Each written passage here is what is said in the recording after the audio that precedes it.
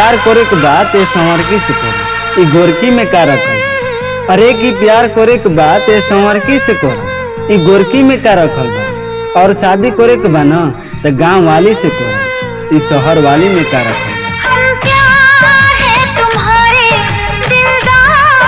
दिल लगौला से अच्छा बा कि दिल में ही आग लगा दो। और एक दिल लगौला से अच्छा बा कि दिल में ही आग लगा दो। ना तह के कबो प्यार होई आ ना तोहर कबो दिल टूटी।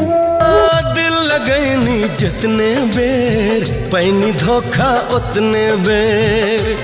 तोरा अखिया पर करिया काजल एकदम बवाल लागेला, कि तोरा अखिया पर करिया काजल एकदम बवाल लागेला। आ जब पहने लू करिया सुटवा एकदम कमाल लागेला। तू हरी अखिया बाकैले दीवाना। उससे कहना कि याद तेरी बहुत आती है, ये भी कहना कि कोई और नहीं है मेरा।